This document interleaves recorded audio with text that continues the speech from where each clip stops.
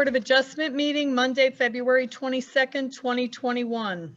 I hereby declare this meeting of the Howell Township Zoning Board to be open, adequate notice having been given pursuant to the New Jersey Open Public Meeting Act in the following manner.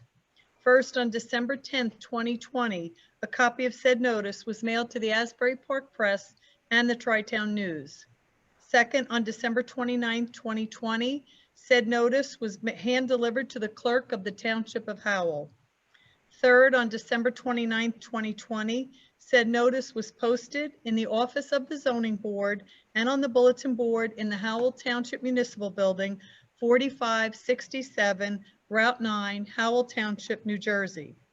Please take note that this meeting is being videotaped for possible future broadcast on Howell Township TV 77. This meeting is a judicial proceeding.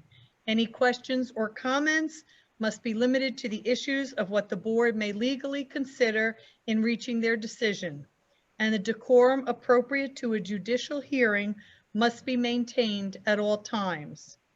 For any members of the public wishing to ask questions or comment on an application, you will need to use the raise your hand feature when the chairman opens the hearing up for members of the public.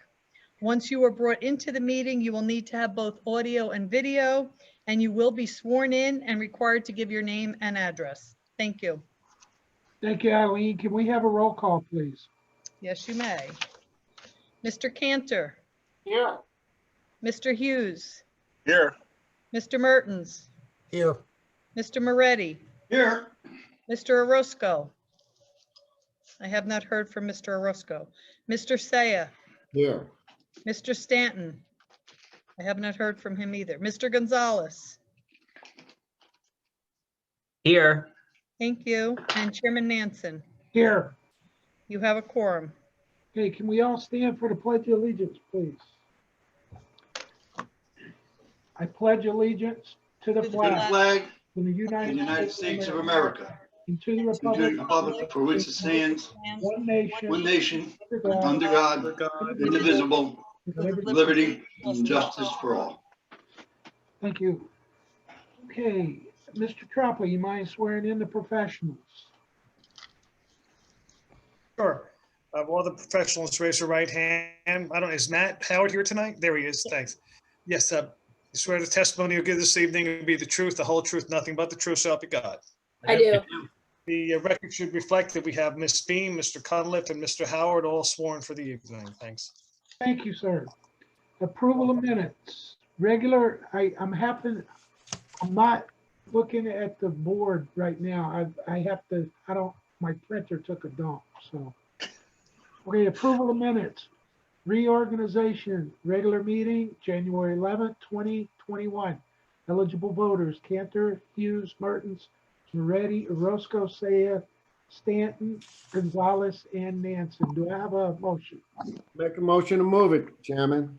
Mr. Saya made the motion. Do I have a second? Second, Who was that? Mr. Matt Hughes. Hughes. Mr. Hughes. Second. Can we have a roll call, please? Mr. Cantor. Yes. Mr. Hughes. Yes. Mr. Mertens. Yes. Mr. Moretti.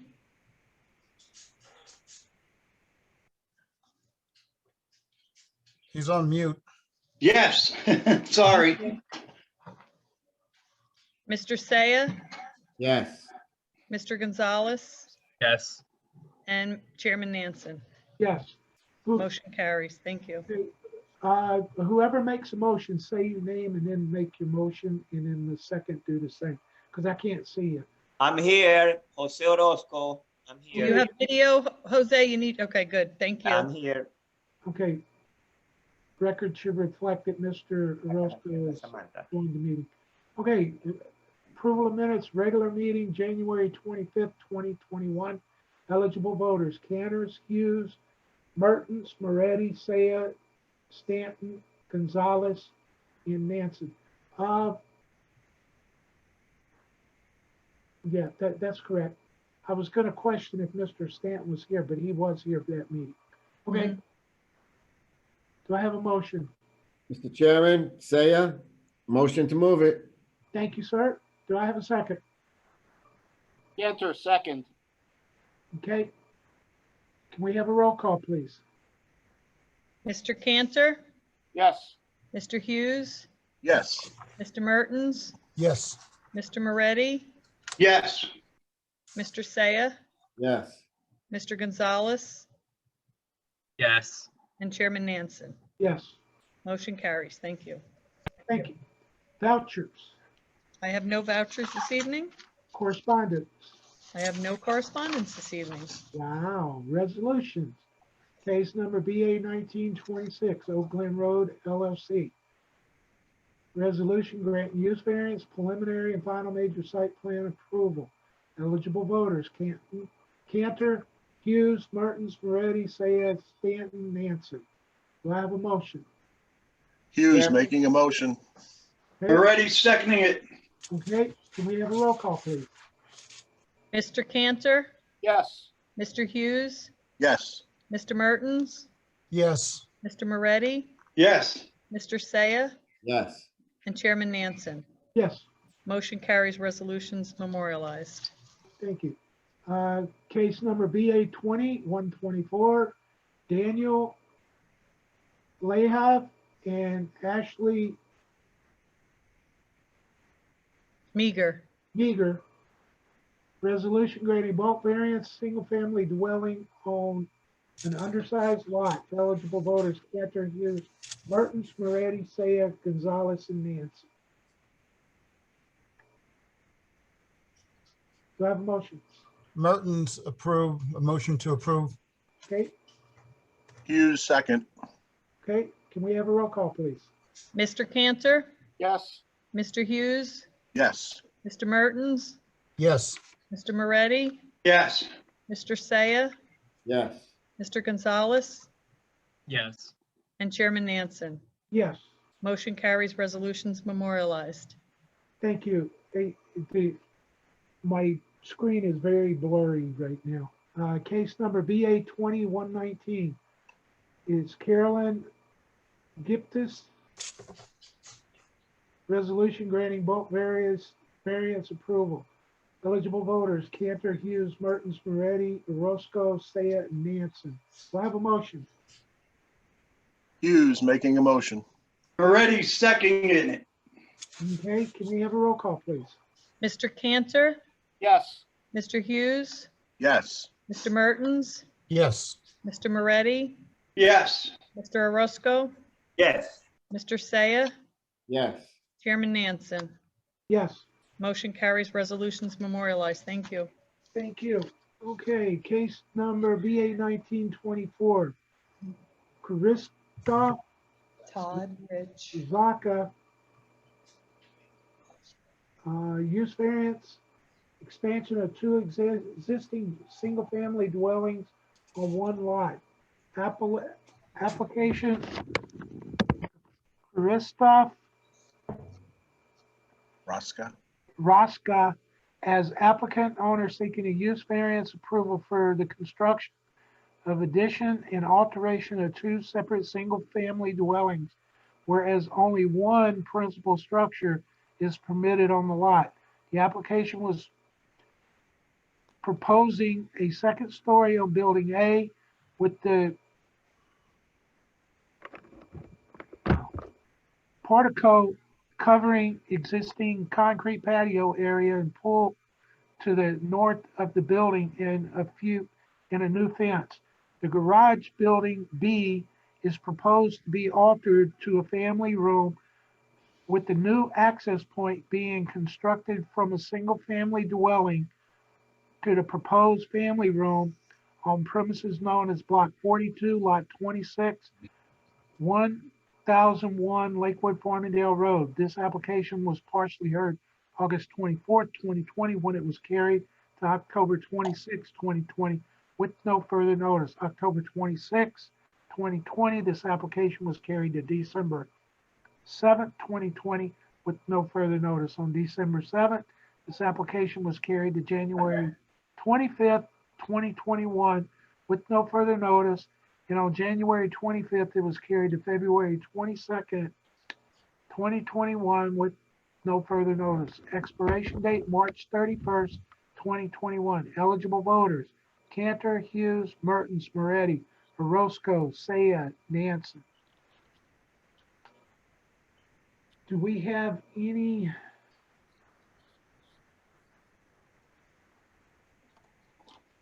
Okay, everybody's here then. Okay, we're good. I'm gonna switch back to the meeting here. Hey, Mr. Cohen, how are you doing, sir? Good evening, Mr. Chairman, members of the board, board professionals.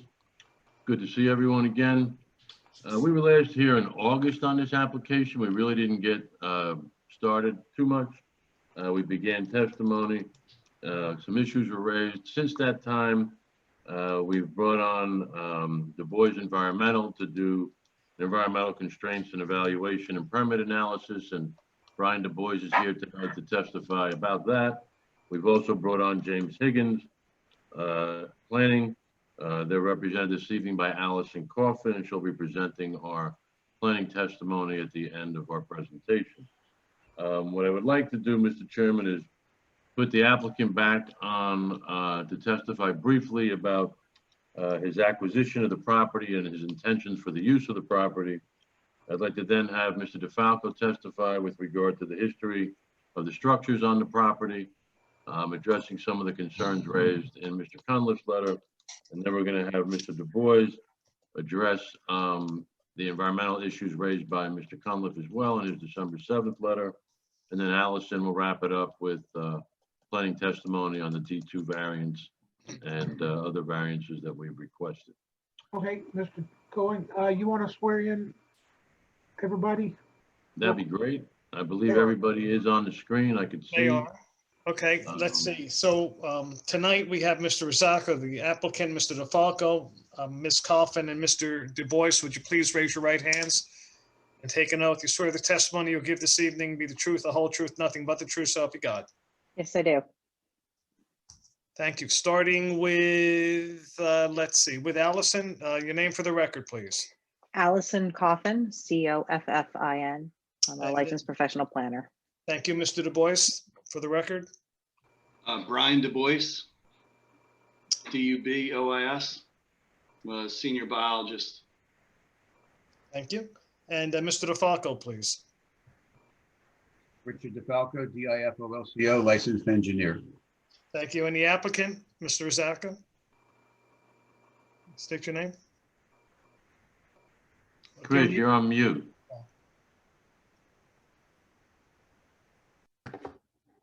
Christopher Zaka. Thank you. All sworn. Thank you. Mr. Chairman, I apologize. I do not have with me the updated photo list or submission list. I do believe, though, I'm going to, if Eileen will bear with me, I'm going to need photos A8 and A9 with Mr. Raska testifying.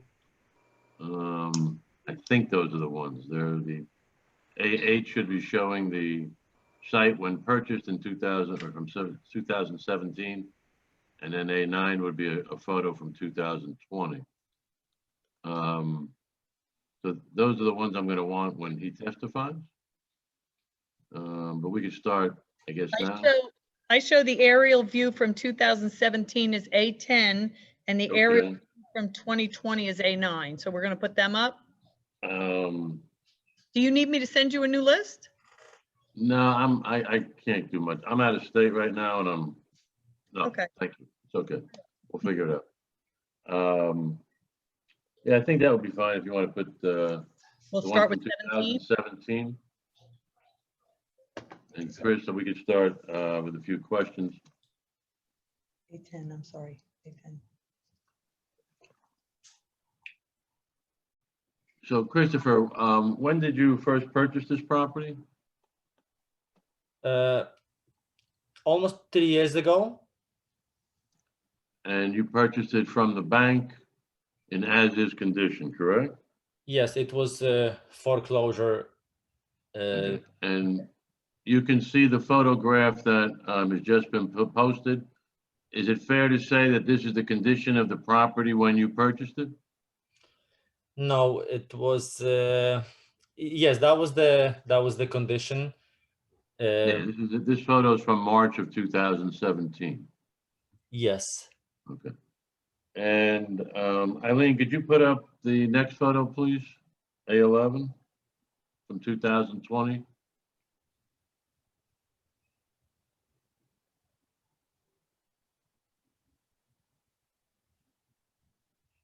That's the same one. That's the same photo, I think.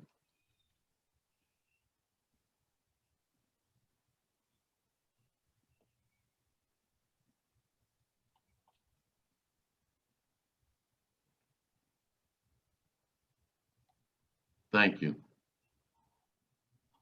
And Chris, is it fair to say that that's the photo that we're seeing now? Is that a depiction of what the property looks like after you've cleaned it up?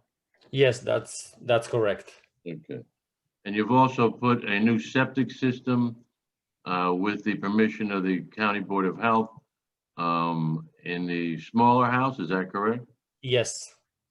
And if the board grants your variances this evening, is your intention to install a new septic system in the larger house as well? Yes. With the county approval, obviously, the township approval? Yes. Okay, and it's also your intent then to move into the larger house with your family and reside on the property, is that correct? Yes. And your intention would be to rent out the other home, correct? Yes, that's correct.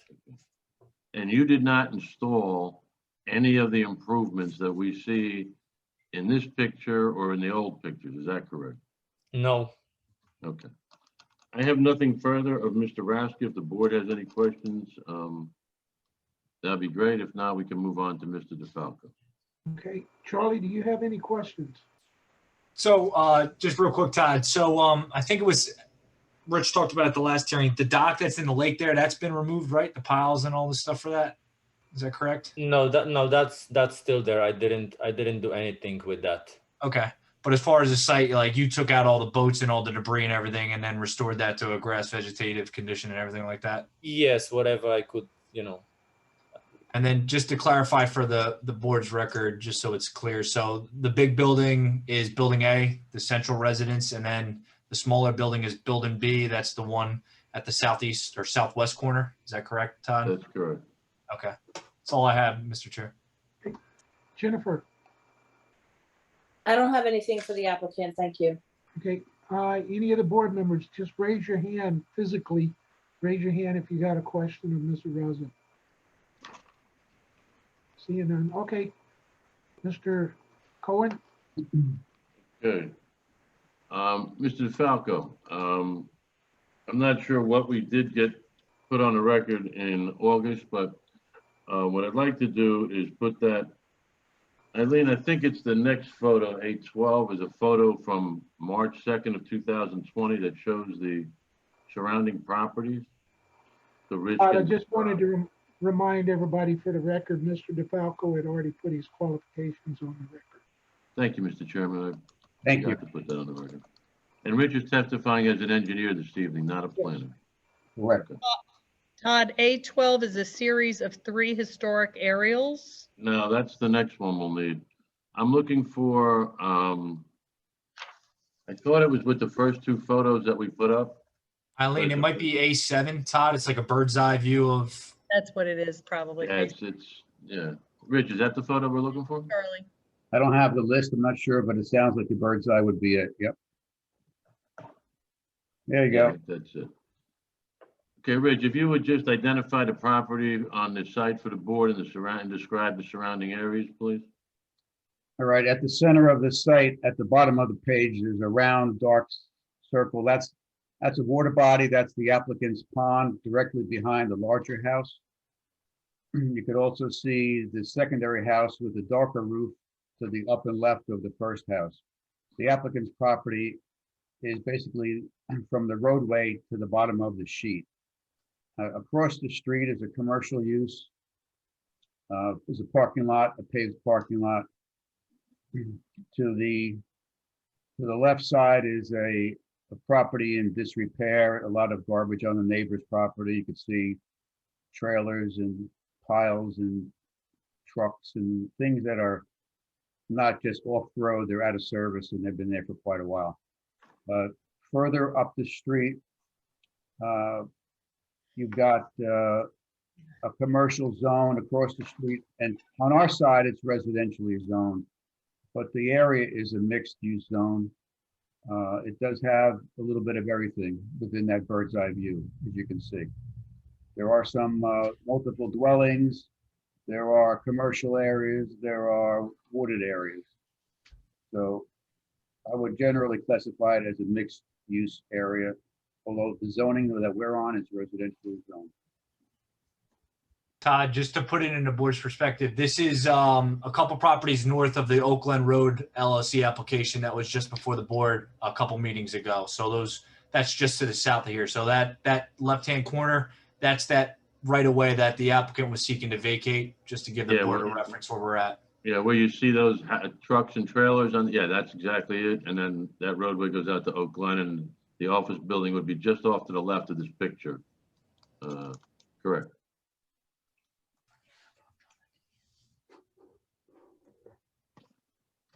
Rich, if we could turn our attention to the history and the structures on the property. Yeah. We have to change aerials. I think those are the ones, Eileen, you're about to put those up. Shows the buildings from 53 to 70, I believe.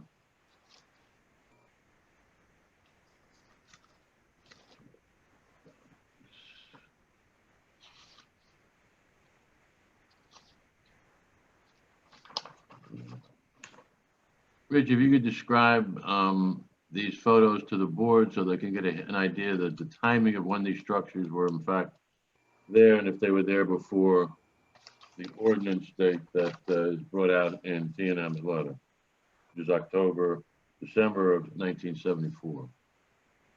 Right, 1974 is about 20 years after this photograph was taken. And this shows the home, it's very hard to see, but we determined that it's accurately placed on the photograph. The area that's circled is the home that is subject of the application.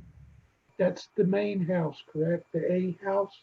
I believe so, yes. And the next photograph shows both homes. You can see more clearly. Eileen, if you could switch to the next photo, please. All right, so what's visible in this picture is the circle again, and the white rectangle in the center is the small home. And right above it is a dark shade. That's the roof of the other structure. You can see a vehicle outside of it. But there's two structures in that photograph.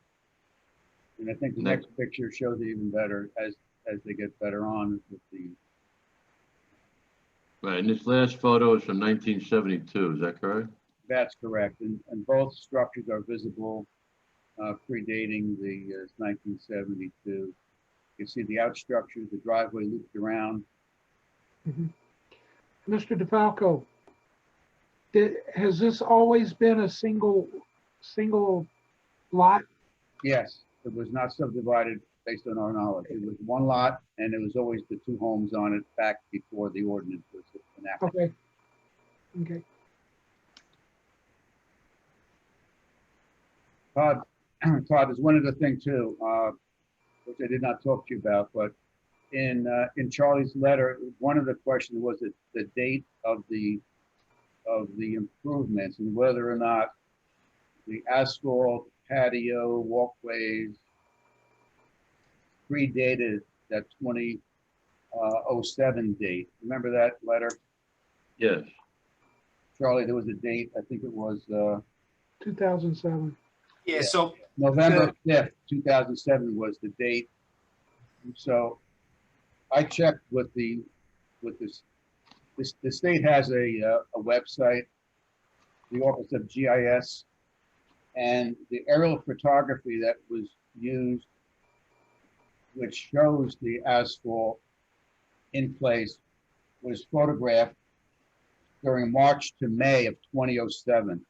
And the asphalt appears in the March to May photograph.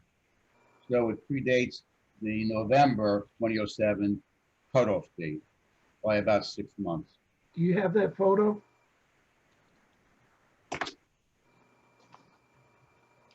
I think that was entered. I couldn't swear to it though. Which photo are you looking for? It's just the state's website, the GIS website. I can pull it up. Maybe if I can share things, I can grab it and show it to you in a couple of minutes, but it's the imagery layer of the state's geo web map. And the 2007 imagery shows the condition as it was, predating the November date of 2007. Yeah, I have a copy of it here. I'm not sure if we sent it to Eileen or not. I thought we Eileen, did. do I have the ability to share my screen? Yes, go ahead, Charlie. We do need a copy on the record for this. So, Mr. Chair, this is just Google Earth aerial imagery. If you can see the top left-hand corner, it has an option where you can go back in time. So this is dated approximately July 4th, 2007. I have on here is the blue line is the NJDEP GIS stream layer. So that's the center line of the stream. Obviously, you can see a pond here. This purple line is just a superimposed 300-foot buffer from that stream, which would be typical for a Category 1 water. So this is July 2007. There was questions at the last hearing about, the pond having a 300-foot riparian. There seemed to be asphalt improvements around that. There's an asphalt area to the east of the dwelling where there was some parking, also some asphalt square area around where the dock is, and pretty much the data construction of those and whether or not it predated any flood hazard area regulations. I think that's the point that Rich is trying to make, right? The flood hazard rules came in place in November of 2007. Here's an aerial from Google Earth, July 2007. It's, I'll let Rich opine, but it certainly seems here you can see there's some black areas, and then there is some areas around the pond that certainly looks at least like it's a beaten path, but, it's definitely a darker area. It could be asphalt as well. I agree with Charlie's opinion of what I was thinking, and that is exactly right. The other area, which is on the state's website, it shows a very similar thing, a little bit clearer perhaps, but it was dated, taken March to May, which agrees with the time frame of the Google snapshot. So, and just to clarify for the board, Mr. Chairman, so the subject of the application is this building A right here, central to the site. They're putting a second story addition onto that. And then they're also putting a portico, which wraps around the east and north side of the dwelling. So I had questions regarding that, whether it required any permits from a flood hazard area or wetlands perspective, or whether it could be covered under permit by rule, but then also the historic nature of the site. There's a lot of stuff that's on here and when it was created and when it predates. So from a flood hazard perspective, it sounds like what Mr. DeFalco is indicating is a lot of these asphalt areas predate the flood hazard area. And I assume Brian will put some testimony on the record on that. I'll also have some questions regarding some wetlands on the site for Mr. Du Bois when it gets to his time to testify. Okay. Eileen, I can screenshot and send this to you after the meeting. Thank you, Charlie. For the record. Okay. Thank you, Charlie. Yep. Okay. Richard, did you have anything else that you want to put on the record at this time? We did submit a quick flood study. We had that map that was submitted back in January, I believe, about the fact that the building is not within the floodway.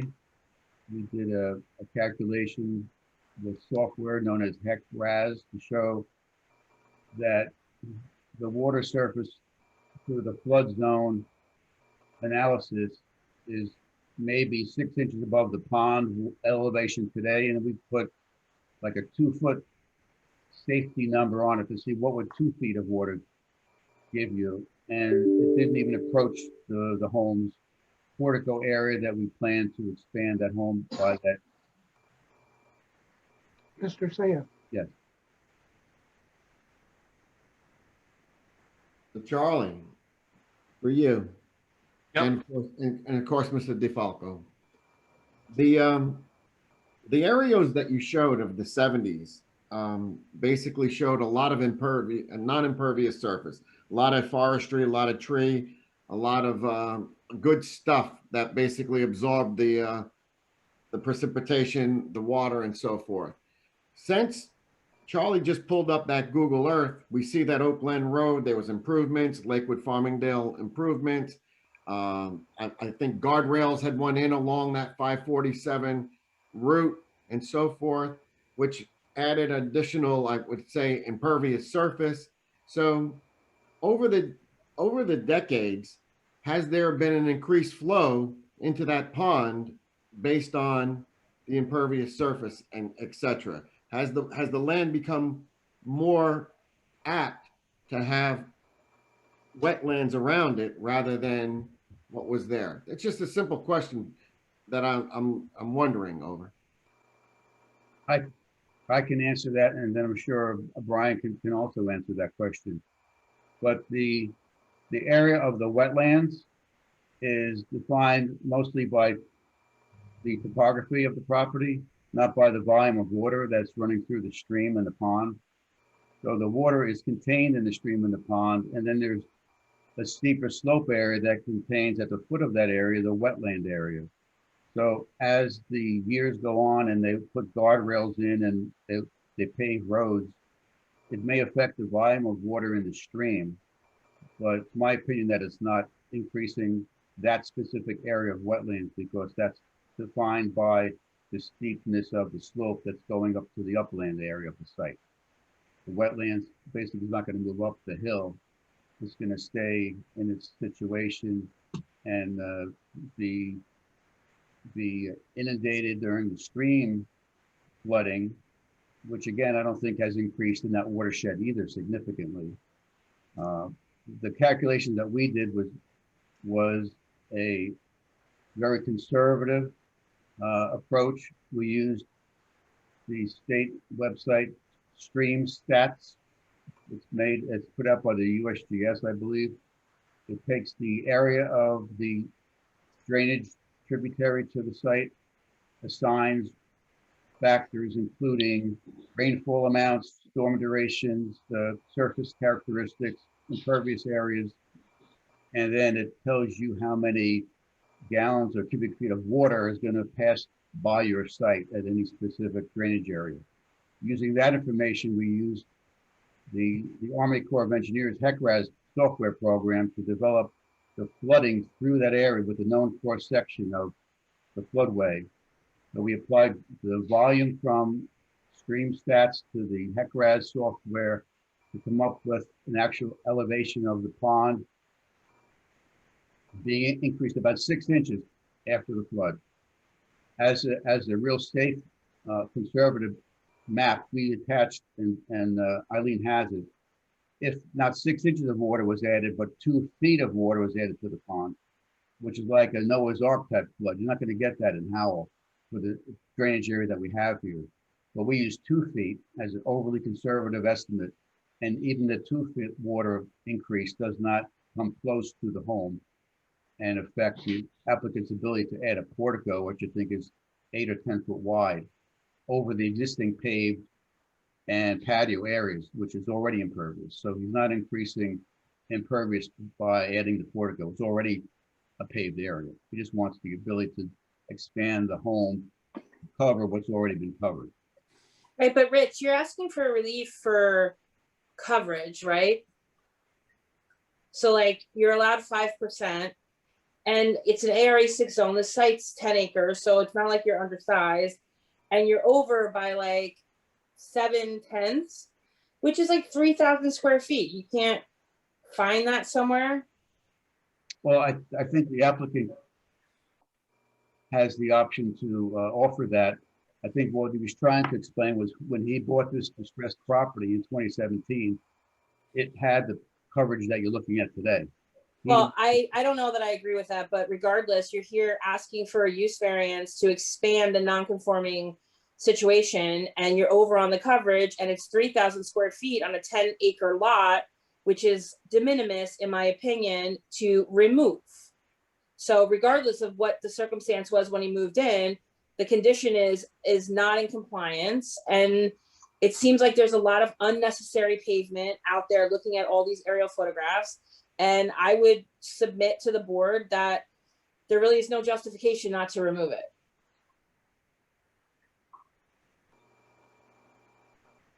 All right, well, Todd, maybe you want to ask Chris if he would like to discuss that.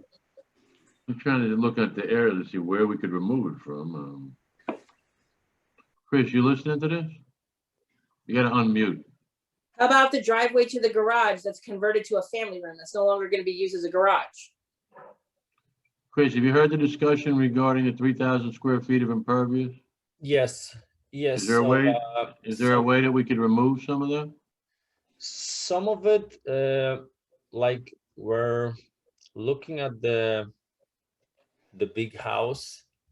I mean, it's hard to I mean, I mean, you don't just get it automatically. You're going to have to justify why we should give it to you. And what I'm representing to the board is that it's going to be very difficult to justify this on a 10-acre site that you're asking for additional relief now. So I would strongly encourage you to work with Rich DeFalco to sharpen the pencil to find 3,000 square feet on this 10-acre lot that can go away.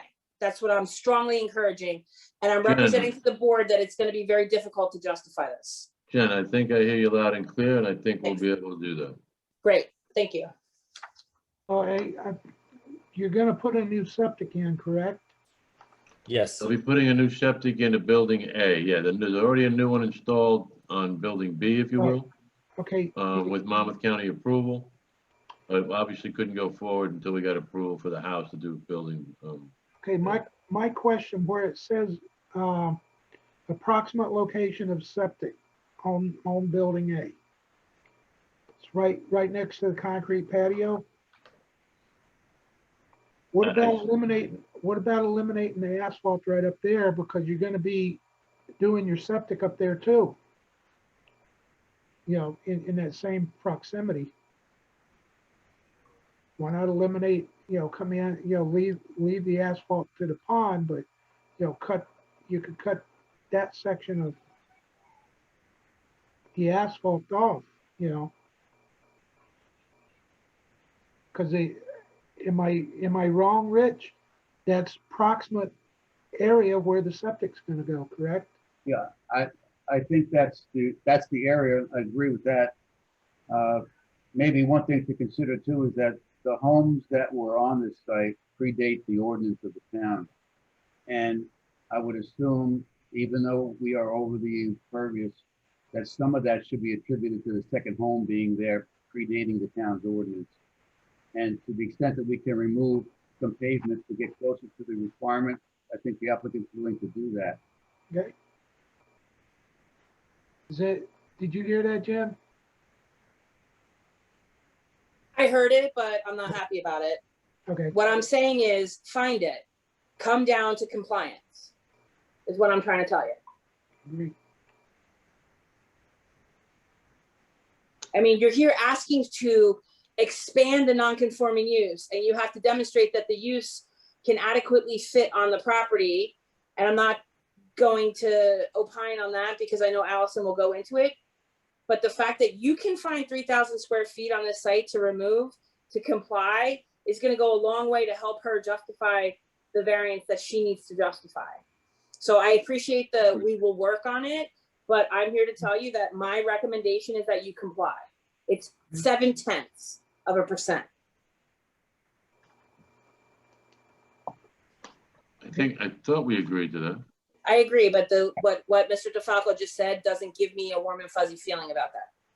Rich, give her a warm and fuzzy I feeling. didn't mean to say we weren't gonna do it. I just want to remind the board that the two homes predates the town's ordinance.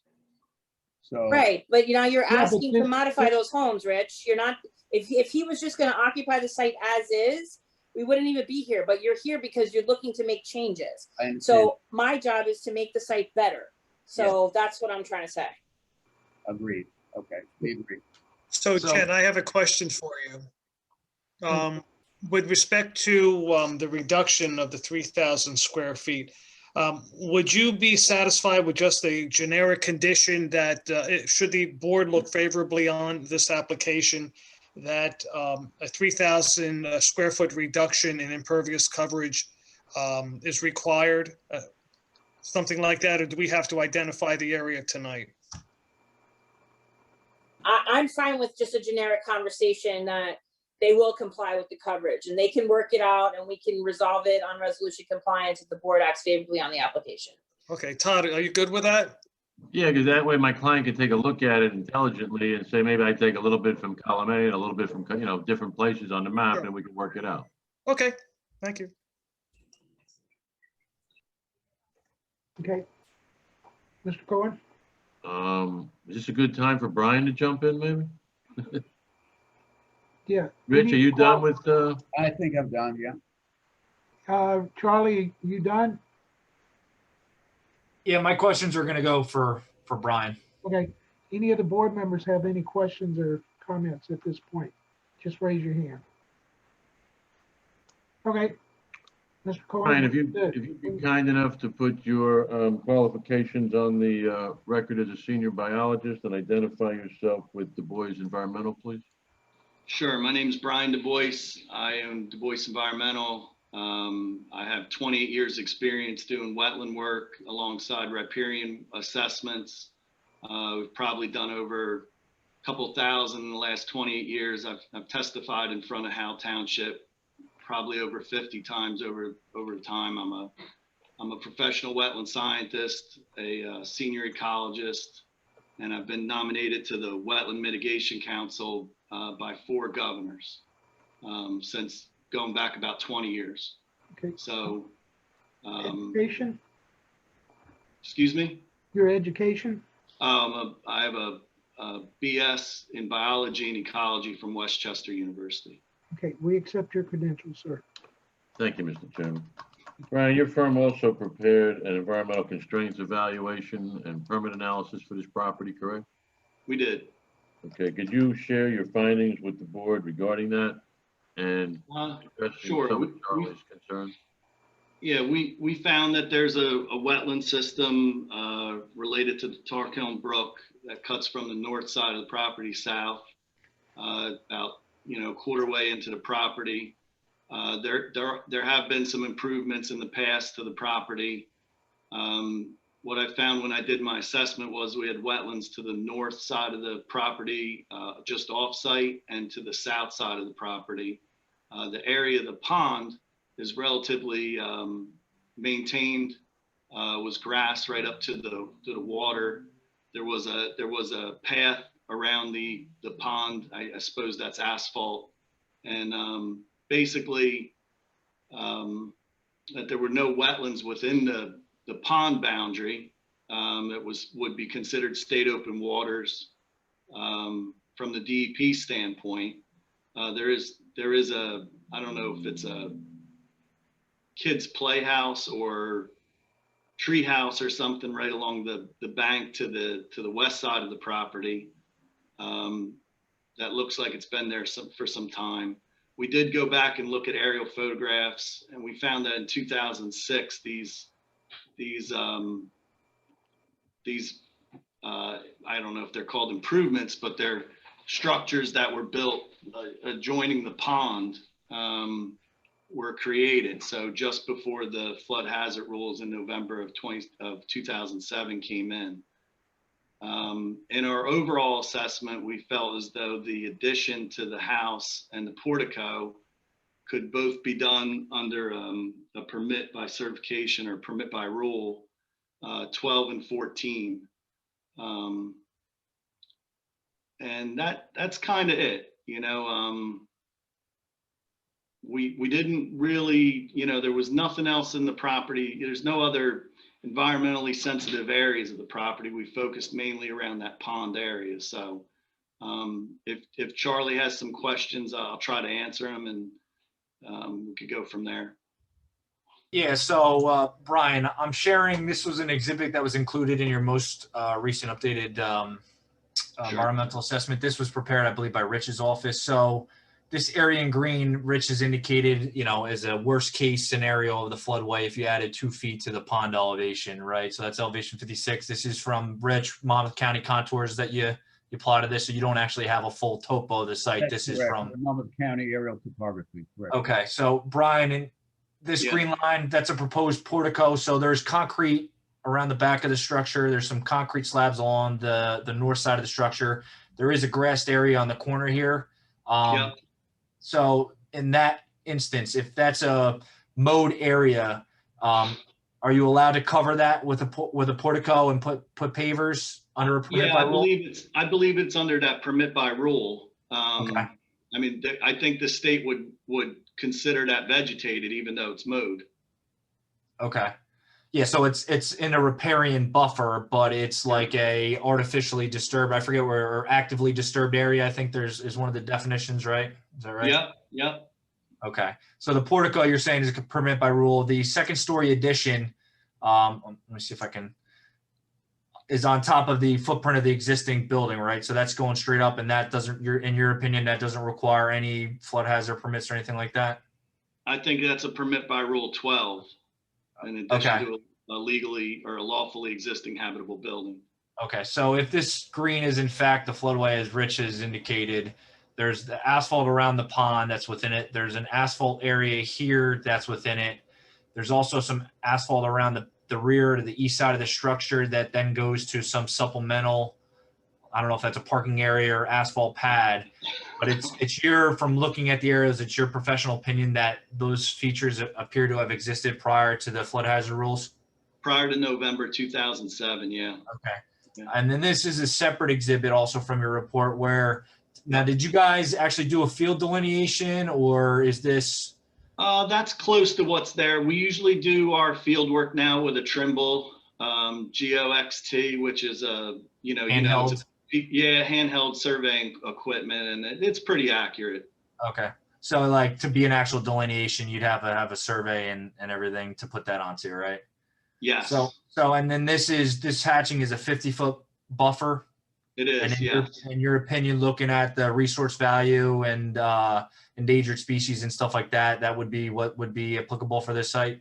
Yes, there's nothing on landscape plan that would suggest a 150-foot buffer. Okay, so at least from a flood hazard area perspective, it's your testimony that a lot of this stuff existed prior to the enactment of those rules. But from a wetlands perspective, let me see if I can get back to the pan tool here. So up here, you have an asphalt area. You have an asphalt area down here. You have asphalt around the pond. Yeah. A lot of that is in this 50-foot buffer. The wetlands rules came into effect, what, 87? Yes, July. Yeah, so for these improvements, if the applicant wanted them to stay, they would need to get an LOI and after the fact permits for those improvements, right? That's correct. Yeah. That is all I have right now, Mr. Chair, for Mr. Du Bois. So basically, just to sum it up, all the stuff on the site as far as around the pond, the asphalt, Mr. Du Bois indicated it predates the flood hazard area rules, but obviously, it's in wetlands buffers and things like that. And, they would have to get an LOI and any after the fact permits for that stuff to remain. However, the applicant's already indicated there would work with, our office and Gen office to remove, 3,000 square feet. It seems pretty straightforward. There's some area here, where there's areas for asphalt to remove to get down and eliminate a lot of these environmental concerns. So, Rich and Todd, this is just me speaking out loud, but, if the applicant agreed to remove this and a lot of the stuff around the pond, then you don't potentially need to get an LOI to restore those areas back. Maybe you don't need to get any after the fact permits for those things. It's just something to consider. And then just one last thing, Brian. So the water body, there's no cattails or anything around it. So there's no wetlands associated with the pond itself. Is that right? Not the day I was out there. No, it's been some time since I've been out there, but yeah, there was nothing there the day I was out there. Okay. That's all I have right now, Mr. Chair. And Charlie, real quick, this is Rich DeFalco again. I just did a quick area of all of the impervious that does not include anything around the pond, a little 5 or 6 foot walkway, whatever that is. I'm getting a number about 20 22,000 square feet of existing impervious. And we'd have to do a detailed calculation because I think our 5% entitles us to 22,000. So whatever the 3,000 we're talking about removing, we'll make sure of what the numbers are, the existing and proposed, and we'll take away what's needed. I don't want the number 3,000 to be thrown in there if it's really 2,000 or if it's 4,000. You know what I'm saying? I want it to be the right number. So we get right to the 5% coverage, if that's what we're striving towards. Charlie, Yeah, you okay with that? I think that's good, Rich. Yeah, provide a calculation, with all the reductions and just showing you're under the 5% is acceptable. And like I said, my recommendation would be to you is eliminate where it's in the regulated areas. And then that kind of hopefully takes that out of question. No, we can eliminate the need for an LOI. I'm sure my client would want to look at that for sure. The only other thing, Todd, that I have, and I probably should ask Rich, can you just put the riparian buffer on the plan?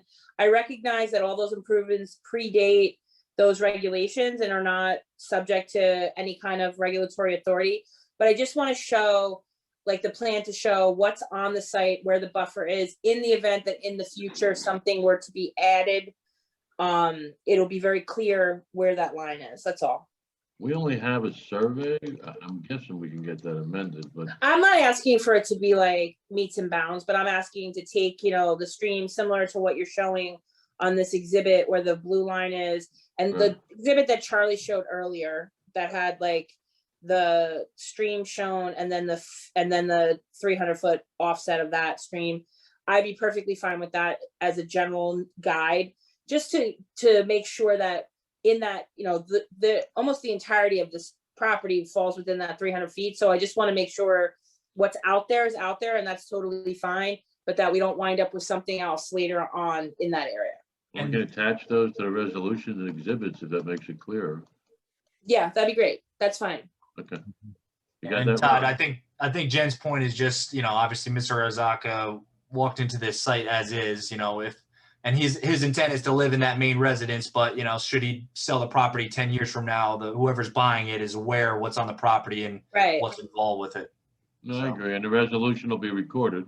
Yep. So that gives everybody As long as, Wendell, you're fine with that, I'm good with it.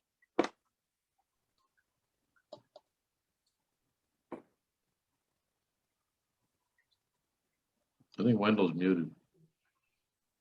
I can't see him because I can only see the plan. Yeah, Wendell's muted in my. Yeah, I'm good with that. Okay. I muted it because my dog started barking, so. Okay, if we're all in agreement on that, then I think it might be a good time to go to planning. Get that out of the way. Let's go. Board members, do y'all have any questions? sorry. Raise your hands. Seeing nobody? Okay, Todd, we'll go to planning. Allison, I know you've been sworn. If Nope, you'd be I kind guess I enough, have. if you've been kind enough to put your professional and educational credentials on the record. Sure. I have a bachelor's degree from Boston College. I have a professional planner's license from the state of New Jersey and a certification from the American Institute of Certified Planners. I've had the whole lot of that since 2005. In that time. Excellent. Thank you. Thank you, Mr. Chairman. Your firm has prepared a planning review of the application. Could you share your findings with the board this evening? Yes. The applicant is proposing to expand 2 existing single-family residences at a swimming pool and provide additional site improvements to this existing developed site. The site is a deep, narrow parcel with approximately 279 feet of frontage on Lakewood Farmingdale Road and a depth that ranges from 1,824 feet to 1,981 feet. So it's a very deep and narrow lot. It consists of 10.106 acres. The rear portion of the site is inaccessible due to the existing pond and wetlands that extend across most of the width of the site. The site abuts wetlands and a residential use to the north, a mixed residential commercial-ish use to the south, farm use to the east, which is over 1,000 feet from the developed portion of the site, and a commercial deli across the road to the west. So this is in an area where there's a mix of farming, residential, commercial, and industrial uses. So looking at the D2 variance to expand this use, it's my opinion that special reasons exist for the granting of the requested D2 variance, and the variance can be granted with no substantial detriment to the health, safety, and general welfare. Now, the standard of proof for a D2 variance is less than that for a D1 variance, in that it is necessary to demonstrate the site is particularly suited. It is not necessary to demonstrate that the site is particularly suited, nor is it necessary to reconcile the use with its omission from the zone. The New Jersey Supreme Court in the Burbridge versus the governing body of Howell Township case examined the criteria that a board should use when you're looking at a D2 variance, and the court determined that when the special reasons concept is applied to the expansion of an existing non-conforming use, things such as appearance, aesthetics, compatibility of the use with the surrounding neighborhood become uniquely significant, especially if there's no evidence that the use will be discontinued. So looking at it through that lens, the maintenance of this site has been neglected for years up to the time that the applicant acquired it, and that neglect resulted in the appearance of the site and the residences on it being substandard. The proposed development will significantly improve the appearance and functioning of these two residences. The changes are primarily increasing the total living area of the residences to better meet the current comfort and needs of the residents in a manner which provides the public a benefit of an improved aesthetic impact. But the proposed development will not only significantly improve the appearance of this site, but it will eliminate now the non-conforming impervious coverage condition and allow significant improvements to the inside of the buildings, providing adequate kitchen, dining, and recreational areas for both homes. Now, the uniqueness of this site lends it to maintenance of the proposed site layout. The site is very deep and narrow parcel, which is approximately 8 times deeper than it is wide, and it is traversed by a stream and wetlands so that the rear of the site is not accessible for development purposes. It makes sense from a planning viewpoint, therefore, to maintain the 2 existing dwellings on the front portion of the site, though the setbacks are non-conforming, without increasing impervious coverage, and maintain the rear portion of the site as undisturbed open space. And this is consistent with the purpose of the zoning ordinance as it relates to the ARE6 zone, which is to minimize the impacts of development in areas located outside of the centers identified in the township master plan. The goals include preservation of rural and agricultural uses and preservation of rural character. Many areas include significant environmental constraints, including wetlands, floodplains, rare and endangered species habitat, aquifer recharges, and high quality watersheds. So then we look at those bulk variances. These are all due to existing conditions that are not impacted by the proposed additions and can therefore be granted under the C1 hardship standard, and in this case are really part of that D2 variance to expand the existing residences. So those existing bulk variances include the lot width, the front yard setback, the side yard setback to building B, and the fence in the front yard.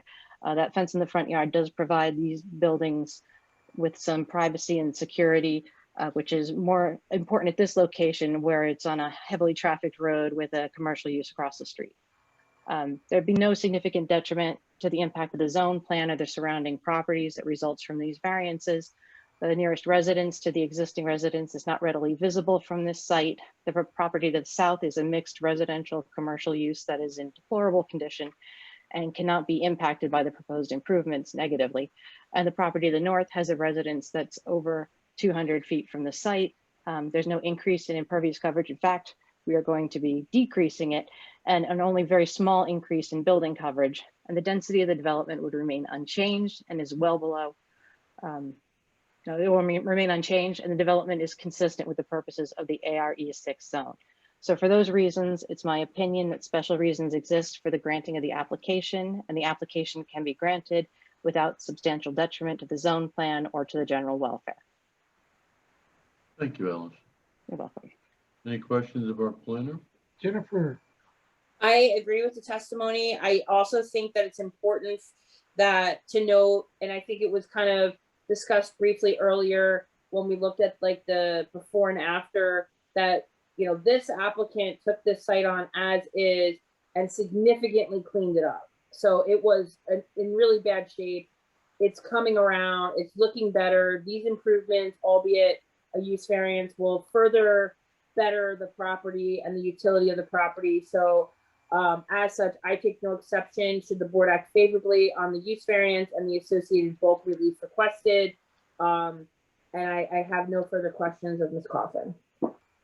As far as the testimony that was placed on the record to bring it into compliance, we're estimating 3,000 square feet, but it could be less, it could be a little bit more. But once all the data, all of the calculations are submitted, working with Jennifer and Charlie to bring that into compliance. That way we don't need that variance. Agreed. And I think that the applicant has worked really hard to clean the site up, which could not have been a small undertaking given the condition that the site was in when he bought it. He did a lot of work to get it to this point. I know it's taken a long time to get to this point in, the approval process, probably a little longer than he anticipated when he took on this project. But I do think Charlie's suggestion is an excellent one, that if you are going to be removing pavement that it's unnecessary, then looking in those wetlands areas or those buffer areas to not require now somebody to spend money on an LOI and other types of DEP requirements could be a real benefit on both ends. On our end from the coverage, and on your end not having to go to the DEP would be great. But I do think that it's important for the board to recognize how much work this applicant has put into this site to get to this point, because it's not insignificant, and that's stuff that we don't really generally deal with. But I think it all goes into the variance and the positive and negative. I think it's a better situation for the general health and welfare and aesthetically. I mean, I could go through, I know it's not necessary, but even just goal of zoning I, a desirable visual environment, what he's done thus far has taken the site from becoming unsightly to cleaning it up, and it's going to be further bettered with this application. So I do take no exception should the board act favorably. Thank you. Charlie? Yeah, just a couple quick comments, Mr. Chair. So obviously we're adding bedrooms to building A, so there's a parking requirement with that. What I will say for the building A, it's a 6-bedroom. RSIS requires for 5 bedrooms and up 3 parking spaces. For building B, which is 3 bedrooms, RSIS requires 2 parking spaces. It looks like for building B, there's a concrete area along the southwest corner of the property where there's adequate parking. For building A, Oakland Road is a county road. The right-of-way width right now is only 33 foot wide. There's a potential in the future that the county could come in and ask and try to take right-of-way, Todd. My request would be for Rich, when he's doing the impervious coverage and stuff on the site, just make sure whatever you take out, you're leaving 3 parking spaces into the site, so that existing asphalt area on the property frontage, if the county does take right away, you still have parking for the applicant, and they're not coming back to the board to add impervious or needing to go get all these additional environmental approvals for it. Okay.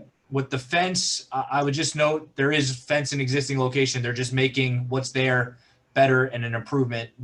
If you look at Street View and if you've driven down the site, the fence is falling over. It's missing half the boards and everything like that. So that's an improvement. And then the last quick comment, just before I forget, there's already curb, I believe, along the frontage. I have no exception to the granting of the relief for sidewalk. There's not really any sidewalk in the area, and putting in sidewalk, we're adding more impervious coverage, where I think, the intent of this is let's take impervious coverage off the site. So Charlie, I gotta say also, I think there's a guardrail down part of that. yeah, I believe at least north of the frontage, there's or north of the fence, there is guardrail. So yeah, what's there is board on board and it's falling apart. So they're just cleaning it up and making it look nicer. So No, but I'm saying as far as the sidewalk, you got guardrail there. Oh yeah. I mean, you'd have to do extensive Yeah, anyway. improvements, and also it's a county road, so it would require county approval. So I have no exception to any of that. Okay. That's all I have, Mr. Chair. Okay, board members, do y'all have any questions? Raise your hand for comments. Mine might be stupid, but I don't have any drawings showing where that new house is going to be put. There's no new house. Well, new dwelling, aren't they putting in a? No, it's an addition to existing dwellings. Okay, good enough. Good enough. Maybe I was misunderstanding it. Okay. Anybody else have any questions? I don't see no architectural drawings or anything. No, it would be an engineer drawing. We don't have any architects Okay, this time. Do you see where the houses are in the drawing? yeah. I see the houses in Just the, adding, they're in the just adding picture, on but- to those. pardon me? They're just adding on to those. In the What existing about that, footprint, that piece of property in the back there with that, looks like a trailer on the July 12th, 2020? right? Is that a building or is that just a trailer or a shed with a concrete pad, with a, what do you call, asphalt pad? Rich, It's like an RV. Yeah, that's what I'm saying. I don't know what, it looks like an RV to me, but with a asphalt pad on it. And the July 12th, 2020 picture, Rich, area. I believe you're right. It's an RV parked on the pavement that's out there today. You're looking to get 3,000 whatever, is that necessary? It may or may not be. I'm gonna calculate it for sure. My rough calculation during this meeting, we were slightly below that 5%. So we'll verify the numbers and we'll take away what we have to take away. well, if that is a trailer, what is it being used for? It's a trailer. I don't know. I have to ask the applicant what its purpose was. The trailer came with the property, and I don't have really way to like remove it yet. Okay. Maybe I'm gonna Is your plans on removing that? either remove it or maybe restore it as a like a playhouse for kids. Okay, nobody's living in it, correct? No, it's terrible condition. It's falling apart. Okay, So, Mr. Chair, I would Yeah. just say that's definitely in an area of the 50-foot buffer that Mr. DuBois depicted on his sketch. So that would require potentially, approvals from DEP for that. I don't know if it's a permanent or temporary structure, if it's just on wheels. I don't know, where that falls under with, wetlands rules and stuff like that. But if it's something like a permanent structure, that would certainly require, DEP approvals, at least from disturbing the wetlands. So, Charlie, our intent is to try and avoid those DEP approvals, not have to do the LOI, remove the Yes, impervious, and I'm sure Mr. Rasco agrees You with brought that me. up, Charlie. I was wondering about it. We'll work on that. You brought that up in your conversation. yeah, I think the safe bet is for that just to be removed, Todd. Yep. Okay. Okay, okay. we will remove it. Any other board members have any questions or comments? Seeing none at this time, I guess we'll open to public. Can I have a motion? Hughes making a motion to open to public. Ready, second. Motion by Mr. Hughes, seconded by Mr. Moretti. All in favor? Aye. Aye. All opposed? Okay, Eileen?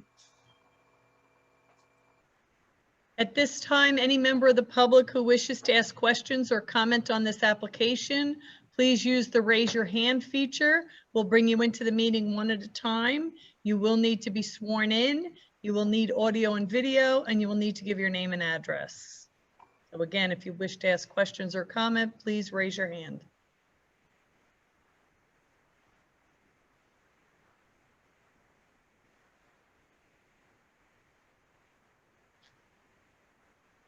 And I'm not seeing anyone raising their hand. Give it a few seconds here.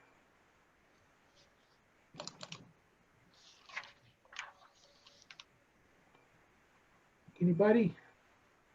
Last call for anybody asking questions or commenting on this application. Please raise your hand. Seeing none, can I have a motion to close public? I make a motion, we close the public. Motion by who? Moretti? Mr. Moretti, Say a second. seconded by Mr. Saya. All in favor? Aye. All opposed? Okay. Okay, Mr. Cohen, you have any last comments here? Mr. Chairman, I just want to thank Jennifer. She had a great summation that she just put on the record a few minutes ago that I'm sure the board heard, and I don't think I could do it any better.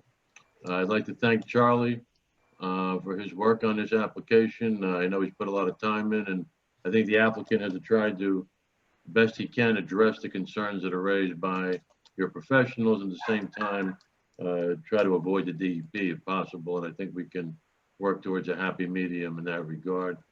I think Brian and Allison also, and Rich, really put a lot of time in this application too, and I just want to thank them on the applicant's behalf. And I would ask that the board look favorably on the application as presented.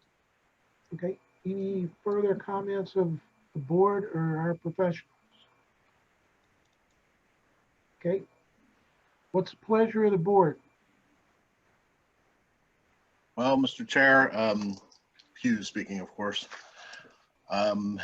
Based upon all the testimony, all the hard work on the applicant's behalf, and Mr. Cohen, of course, on his behalf, and taking into account the impervious coverage that is being brought up, and working all of that out and making sure that that's up to par, I would like to move to approve this application. Okay, I have a motion for approval. Do I have a second? Moretti, second that. Todd does a great job on the presentation. He has the right people there doing their field work for him. It was well done, well presented as far as I was concerned. Thank you, sir. Can we have a roll call to Ms. Urbano? Mr. Cantor, Mr. Chairman, based on the recommendations of our professionals and with the stipulation on the removal of the asphalt to satisfy all the impervious coverage requirements, I vote yes. thank you. Mr. Hughes, Yes. Mr. Mertens, Mr. Chairman, I kind of echo everybody's feeling on this. I think the applicant did a great job cleaning up the site. And a lot of times when I see that, I kind of feel when we get good testimony and from our professionals as well, I'm going to also approve the application. Thank you. Mr. Moretti, Yes. Mr. Orozco, Yes. Mr. Saya, Mr. Chairman? Yes. I too am very pleased with the way the applicant proceeded and the testimony that's on the record. I believe this is a win-win, and for not just the applicant, but for the town. And as we improve the 547 corridor, let this be a staple for others as we continue to move on and hear these cases in front of us. Over. Yes, So sir. I approve it. Thank you. and Chairman Nansen. I repeat the sentiments of my board members, my fellow board members. I totally agree. The applicant, the first time that Mr. Cohen brought this application before the board, they took our recommendations back. They worked with Charlie and Jennifer, and they've done a remarkable job as far as bringing in professionals to handle, the riparian, also the flood areas, wetlands, and I too agree, the site looks a lot better than it did. And I really, it's work in process, and I believe it's a benefit for the township. So my vote is yes also. Thank you. Thank you, Mr. Chairman. Thank you, members of the board professionals. Good luck. Yep, thank you. I think I have the next one too. Sir? You like us that much? I do. Thank you so much. Hey, Todd, why don't you stick around a little while, okay? Okay. At this time, the board's going to take a 10-minute break here for bathroom. Okay. The board will now take a short recess. We'll be back at 8:28. The zoning board meeting will now reconvene.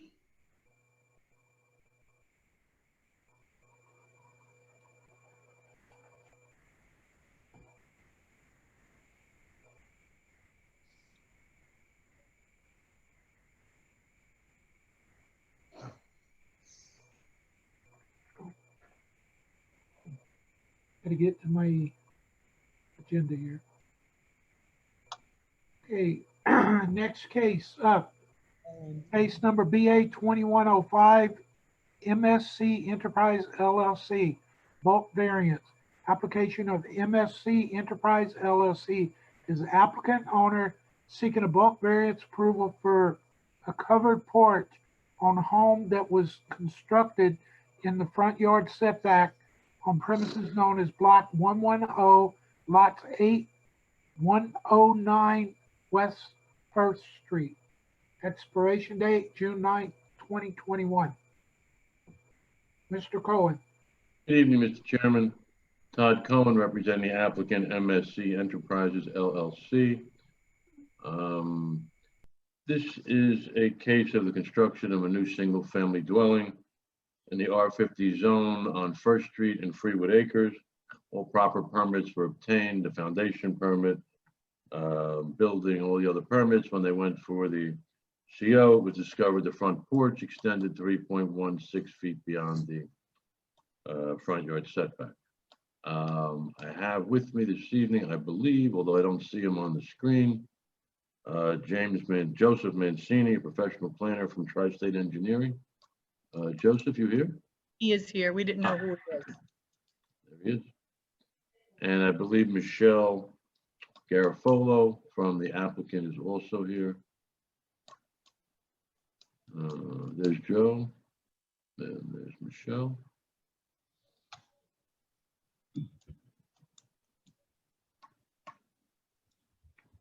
Joe, can you hear me? Yes, sir. Okay. Michelle, are you there? You seem muted. She has no video or audio right now. I'm going to text her. 1 second. Might have to log off and log back in.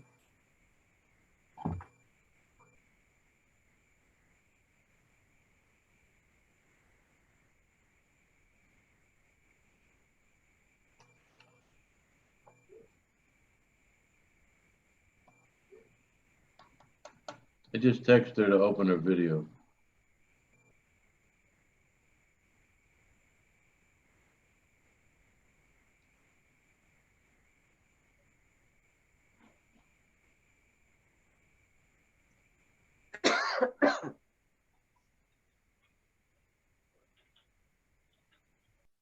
Mr. Chairman, I'm thinking maybe we can proceed and then Michelle can figure out how to get her audio on and answer questions if we have any. Okay. I'll keep texting her. Joseph, you're familiar with this application? I have to swear him in first, Todd. Okay, I'm sorry. That's quite all right. Joe, would you please raise your right hand, take an oath? You swear the testimony you'll give this evening will be the truth, the whole truth, nothing but the truth, so help you God. I do. State your name for the record, sir. I'm Joseph Mancini. I'm president of Tri-State Engineering and Surveying. Joseph, would you? You're testifying as a planner this evening, right? Correct. I'm a licensed professional engineer and a professional planner in New Jersey since 2005 and 2008, respectively. I have a bachelor's degree in civil engineering from NJIT. And in my 20-plus year career, I've worked in land development that entire time and been qualified as an expert in civil engineering and land planning before many planning and zoning boards in New Jersey. Okay. Chairman? We accept your credentials, sir. Thank you. Joe, can you just briefly run the board through the application variance requested this evening and the justification for suing? Certainly. As Todd said, we're here for a variance for the front yard setback of approximately 21.84 feet, where 25 feet is required by ordinance. That's section 188-71, and this is in the R50 residential zoning district. We consider the request under the C2 criteria, where the benefits derived from the deviation would substantially outweigh any perceived detriment. Again, the deviation requested is relatively small in the context of the overall front yard. It's about 3 feet. The principal building for this home, and again, this is an existing home that was constructed with this error. The principal building meets the front yard setback here, except for and only for the covered porch that's attached to the front of the home. So granting the requested variance will permit the development of the lot in a manner that maintains the aesthetics and value of the property, thus promoting some purposes of the municipal land use law, including purpose I, promoting a desirable visual environment, and purpose N, providing for the more efficient use of land. So seeing no detriment, I'm satisfied that those positive reasons would outweigh any perceived detriment. And then focusing on the negative criteria for the C2 variance, I had the following observations. The location of this property diminishes the impact of this deviation on the neighbors. The property on the opposite side of West First Street has a substantial wooded buffer along the road. The existing home does meet or exceed all the other bulk requirements for the R50 zone. The home itself and the porch are both consistent with other properties in the neighborhood. So therefore, I'm satisfied that the variance could be granted without a substantial detriment to the neighbors, the zone plan and the zoning ordinance. And again, just as a summary, it's really just the porch that was constructed in error over the front yard setback line. The principal building, including the garage, are all set back to 25 feet as required. Joe, can you just clarify for the Joe, can you just clarify for the board? So the applicant got a plot plan approval for the dwelling itself, and then was the porch after the fact, or was that like a surveyor mistake where they laid out the foundations incorrectly, or? Yeah, so the plot plan was approved. The foundation location plan, the foundation as built, was approved. The error occurred where the depth of the house was different on the plot plan than it was as constructed. So there was an inconsistency and a miscommunication between the plot plan and the actual construction. And the mason, to his credit, built the correct house, but it was over the property line in this case, at least with regards to the porch. So the porch itself was supposed to be set back 25 feet, and in the process of building everything, built the rest of the dwelling at the 25 feet, just the porch itself extends 3 feet and stuff on setback. And then the porch itself, is it just a one-story porch, or is there 2 stories to it where you're walking out on the second floor? No, just a one-story porch. It's, at the first finished floor level. Okay, so we're talking about 3 foot wide, extending into the front yard by like what, like 12 feet, something like that? I forget the width. Hold on one sec. It's obviously it's not the full width of the home, because as I said, the garage is set back. So yeah, so I'd say 12 to 15 feet of that width by the 3 feet is the encroachment. And it's an open porch. There's no like screens or like walls or Correct. windows like that. Correct. Okay. And then just the applicant also owns one of the adjacent lots. Is that correct? Correct. Yeah. So the applicant also constructed a similar but slightly different home on the lot to the left, which is lot 7. And there was no issues with the setback, and you guys got COs and everything for that one? Correct. Gotcha. So this is just a variance due to a mistake by, the mason with the foundation. Precisely. Instead of the alternative, which is ripping out the porch, which would not be really aesthetically pleasing, and frankly, not that it's important to the board, but that the house is sold. So the future owner of the house wouldn't like that very much. So yeah, if the board was to make it cut back the porch and lose that 3 feet, I mean, how wide would the remaining porch be? Is it anything wide enough that could actually physically be usable? No, I think it wouldn't be a usable porch if we cut it back to the setback line. Yeah, and I think frankly it might be dangerous at that width. That is all I have, Mr. Chairman.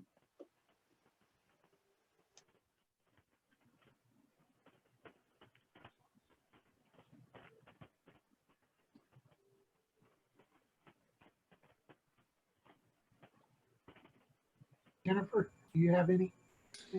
I don't have any issue with the testimony provided. I just want one piece of clarification for the record. The porch is part of the principal structure. I know what you were meaning was like the main portion of the house versus the porch, but I just want to make sure that the record is clear that the porch is part of the main structure. Otherwise, they wouldn't be required to comply with the setback. So I just wanted that to be clarified. Acknowledged. I don't take any exception to the testimony. I think that the addition of the porch does add aesthetically to the home, and therefore, and it's a de minimis encroachment. So I don't take any exception to the relief requested. Mr. Cohen? That concludes our presentation, Mr. Chairman. And request the board grant the variance as requested. Any questions or comments from the board? Okay, Mr. Hughes? Yeah, I just wanted to clarify, 'cause, I thought I heard them say that the setback's 25, but the porch was at 28. Did I mishear that? No, 21 point. 21.84. Ah, Yeah, Very good. 21.84. Yeah. very good. Thank you. Thank you. I just So wanted to clarify. 3.16 feet is the variance. Wonderful. I thank you. I just wanted to clarify. Thank you. Mr. Cantor? Do we have a picture, Mr. Chairman? Yeah, Todd, do we have any pictures?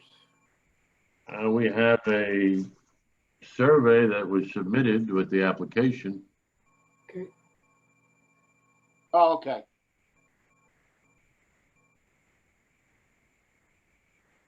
That's the area in question. Okay.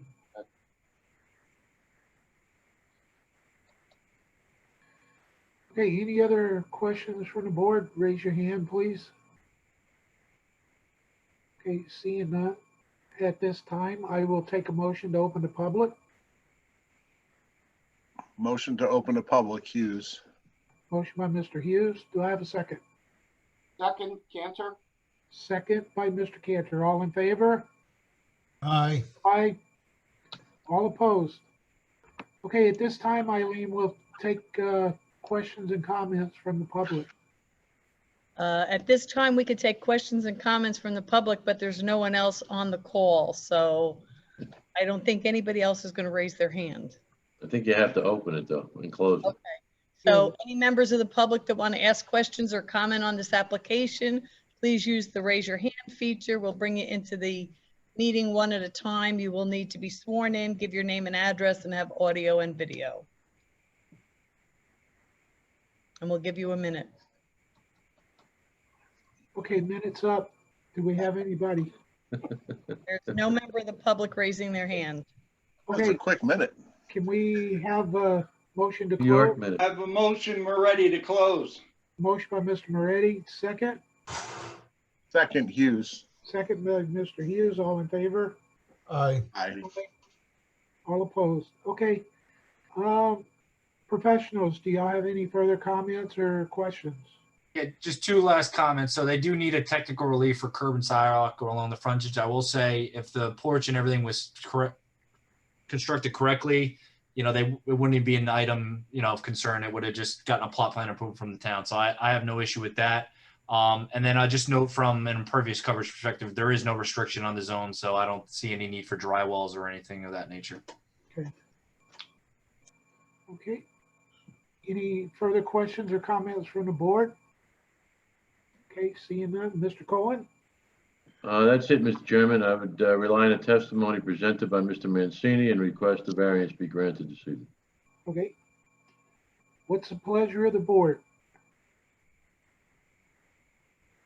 Well, Mr. Chairman, I would just like to make a motion to approve this application just based on the fact that it just was, you know, a mistake, and it's not harming anything really, and everything looks up to snuff as far as what the professionals looked at. So I make a motion to approve. Okay, thank you. You have a motion by Mr. Hughes. Do I have a second? Second, Moretti. Seconded by Mr. Moretti. Can we get a roll call, Eileen? Mr. Cantor, Yes. Mr. Hughes, Yes. Mr. Mertens, Yes. Mr. Moretti, Yes. Mr. Orozco, Yes. Mr. Saya, Yes. Chairman Nansen. Yes. Motion carries. Thank you very much for everybody. Appreciate the evening and all your time. Good luck, Todd. Thank you. See you guys soon. Enjoy the rest of your vacation. Yes, sir. Thank you. Okay. Is there any further business of the board? I have nothing. When's our next meeting? Our next meeting is March the 8th. I will be sending out the agenda tomorrow. Okay. you gonna send a packet? I will. I appreciate it. Thank you. You're welcome. Okay, okay, everybody, y'all have a good night. Thank you. I'm glad we got through it. Can I have a motion to adjourn? Motion to adjourn. Motion by Mr. Hughes. Do I have a Second. seconded by Mr. Roscoe? All in favor? Aye. Aye. All opposed? Okay, guys, good night. Thank y'all for being here. We'll talk at y'all later. Y'all have a safe week. You Thank too. you. Thank you. Everybody be Everyone, safe. see everyone in 2 weeks. Yes, Take sir. care. Okay, bye-bye.